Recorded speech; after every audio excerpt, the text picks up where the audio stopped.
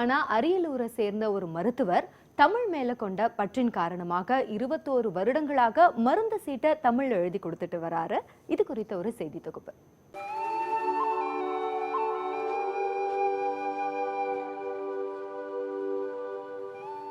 இவர்தான் மருத்துவர் கணேசன். சுமார் 50 ஆண்டுகளாக மருத்துவ சேவை புரிந்து வரும் இவர் அரசு மருத்துவராக பணியாற்றி ஓய்வு பெற்றவர். ஆங்கிலம் கலந்து பேசுவதை முற்றிலுமாக தவிர்க்கும் இவர் தன்னை சார்ந்தவர்களையும் ஆங்கிலம் கலக்காமல் பேசும்படி வலியுறுத்துவார்.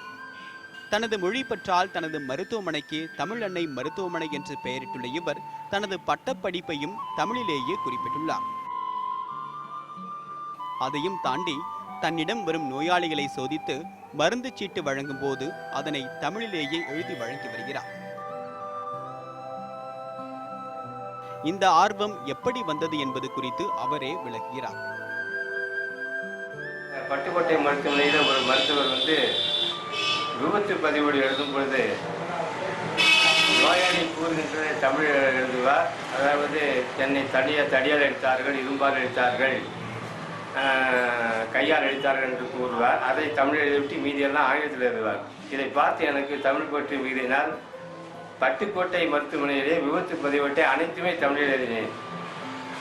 நோயாளி கூறுவதையும் நான் எழுதுவதையும் தமிழில் மொழிபெயர்த்து மொழிபெயர்த்து எழுதுவேன். தான் அரசு மருத்துவமனையில் பணியாற்றிய போது மருத்துவமனை நடைமுறைகளை தமிழில் மேற்கொள்ள காரணமாக இருந்ததாக கூறுகிறார். தமிழ்நாட்டில் உள்ள அனைத்து மருத்துவர்களும் தமிழில் எழுதி கொடுத்தால் தமிழ் மொழி வளரும் என்று நான் சொல்லிக் கொள்ள விரும்புகின்றேன். கைராசி மருத்துவர் என்று பெயர் பெற்ற இவர் நோயாளிகளிடம் தன்மையாக நடந்து கொள்வதாகவும் இவரிடம் சிகிச்சை பெறுவதற்காக பல கிலோமீட்டர் தூரத்தில் இருந்து நோயாளிகள் இவரை தேடி வருவதாக கூறுகிறார் ஓய்வு பெற்ற பேராசிரியர் தியாகராஜன். நோயாளிகளிடம் அவர் பழகுகின்ற முறை ஒரு வித்தியாசமான முறை. அவர்களை வாருங்கள், உட்காருங்கள் என்று சொல்லி உடம்புக்கு என்ன செய்கிறது, என்னென்ன சாப்பிட்டீர்கள் என்று பொறுமையாக ஒரு 10 நிமிடமாவது உரையாடுவார். அவ்வாறு கேட்கின்ற பொழுதே அந்த நோயாளிகளுக்கு மனசு லேசாகி மருத்துவரோடு அவர்கள் இணைந்து விடுகிறார்கள். மருத்துவரிடம் உதவியாளராக சேர்ந்ததில் இருந்து தனக்கும் தமிழ் மீது அதிக பற்று ஏற்பட்டதாகவும் தற்போது தானும் தூய தமிழில் பேசும் வழக்கத்தை ஏற்படுத்திக் கொண்டதாக கூறுகிறார் அவரது உதவியாளர் சந்திரா. நான் புதுசுல நான் ஆங்கிலம் தான் பேசுவேன்.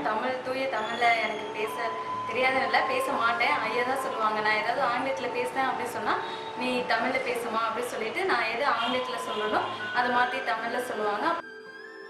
இவரை போன்ற தமிழ் பற்றாளர்கள் இருக்கும் வரை தமிழுக்கு அழிவில்லை என்பது நிதர்சனம்.